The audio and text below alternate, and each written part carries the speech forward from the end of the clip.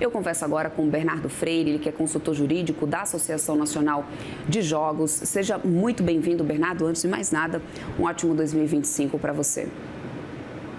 Excelente 2025 também.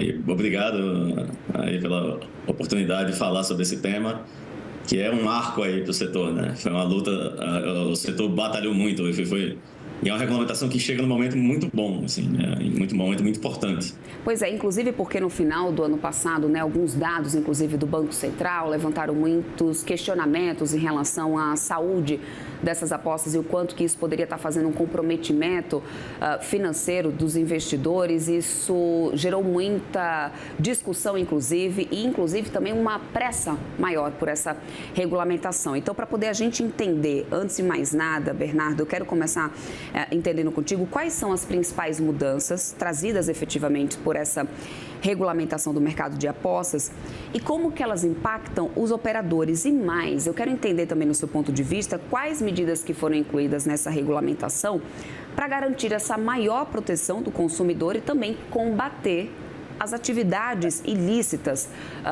como lavagem de dinheiro e outras em que a gente viu e ouviu, né, durante esse ano 2023, algumas empresas não tão comprometidas assim sendo envolvidas, né, Bernardo? Então, acho que essa diferenciação é importante, essa regulamentação marca isso. Então, explica um pouco melhor para a gente sobre o que muda a partir de agora. A regulamentação, ela tem essa separação do joio do trigo, como a gente fala, né? Muitas vezes. Então, a ideia é sempre regulamentar é a solução. A gente sempre comentou sobre isso. Então, como é que a gente vai separar as ilegais das empresas que têm regras rígidas de contra a lavagem de dinheiro, muito cuidado com o consumidor, muito cuidado com a ludopatia? São as empresas que vão estar legalizadas, elas vão ser fiscalizadas pela Secretaria de Prêmios e Apostas, uma secretaria criada para isso.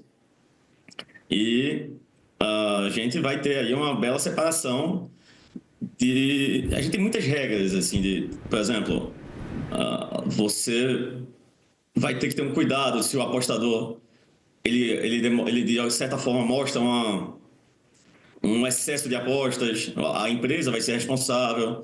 Enfim, eu acho que essas são as principais novidades, você trazer, de alguma forma, essa separação que é uma frase que tem sido muito citada mesmo, a separação do joio e do trigo.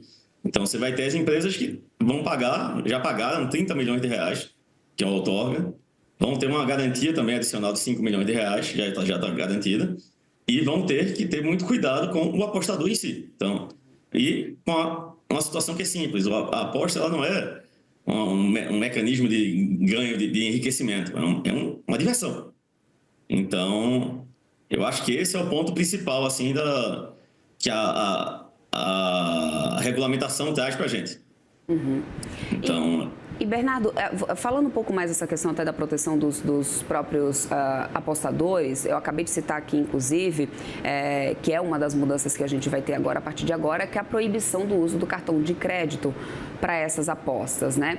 Qual que é o tamanho do impacto disso para esse volume de apostas? Isso é preocupante para as empresas e por que isso acaba sendo uma maior proteção também para os apostadores? Assim, o cartão de crédito, as empresas usualmente trabalham muito mais por Pix. Então, o cartão de crédito tem um impacto para algumas, mas qual é a grande questão? Você não controla, de certa forma, o cartão de crédito, né? Então, você vai usando e na aposta você usa e você perde o controle. No Pix, você usa e no mesmo momento, você nota o que é que está perdendo, né? Então, eu acho que o impacto para as empresas não vai ser assim, não vai ser tão considerável, mas é um mecanismo muito importante de controle do consumidor no final, né? Do apostador. Uhum. Então, e tem sim, você citou muito bem, Débora, que é na questão da preocupação aí do endividamento, que é uma coisa que também é responsabilidade das empresas. As empresas vão ter que tomar um cuidado para comprovar, por exemplo, você vai ter, para você entrar apostar, você vai ter que fazer o Face ID, né? Você vai ter que fazer reconhecimento facial. E você não vai poder entrar, por exemplo, menor de idade. Isso, hoje, no passado, você não teria essa obrigação. Então, agora você não vai poder entrar menor de idade, você não tem a proibição de cartão de crédito, você tem que tomar um cuidado com esse endividamento. Enfim, essas coisas são coisas que só a regulamentação propicia. Bom, a regulamentação, ela exige também um licenciamento, claro, para operar aqui no Brasil. Você mesmo já antecipou, né, o quanto que as empresas, inclusive, pagam por essa ortoga aqui no Brasil, já vem nesse processo. Como que você avalia a competitividade e a atratividade, inclusive, do mercado brasileiro para as empresas internacionais diante dessa regulamentação que exige um licenciamento para operar aqui no Brasil? Olha, assim, eu vejo que o número de... Ontem saíram no Diário Oficial as autorizações, né? Autorizações definitivas e provisórias. Foi um número bem considerável. Isso mostra que o mercado brasileiro está bem aquecido e que há um interesse, sim, das empresas estrangeiras pelo Brasil. Então, a gente tem aí...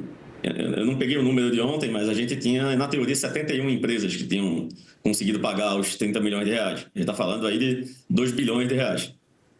Então, e tem muita gente olhando e tentando, de alguma forma, entender o mercado para entrar depois. Então, eu vejo que é um mercado, assim, é uma regulamentação atrativa, é um desafio, né? A gente está falando de um greenfield, né? Um mercado que está sendo iniciado do zero, né? Então, mas eu vejo que tem muito interesse, sim. Olhando um pouco aí também para o papel das entidades esportivas e das ligas, né? Como que fica o papel dessas entidades, dessas ligas? Como que elas serão impactadas, inclusive, pela essa nova legislação, por essa regulamentação, considerando, por exemplo, royalties e outras formas também de participação financeira a partir da regulação? Assim, você tem uma participação já fixada, né, na lei, e eu acho que o mais importante, assim, que as empresas de aposta hoje, as bets, né, como a gente chama, são o grande fomento do futebol, né? Então, você vai ver o Campeonato Brasileiro, ele tem um patrocínio de uma empresa de bet. Os clubes, eles têm um patrocínio. Então, eu até vi, eu acho que recentemente, o Verón, que é jogador argentino, comentou sobre a diferenciação dos prêmios no Brasil e dos prêmios na Argentina. Isso vai muito por conta de como você tem esse patrocínio e esse mercado, que é um mercado vital hoje para sobrevivência não só do futebol, como de outros esportes, né? A gente vê basquete com os patrocínios, vôlei, enfim.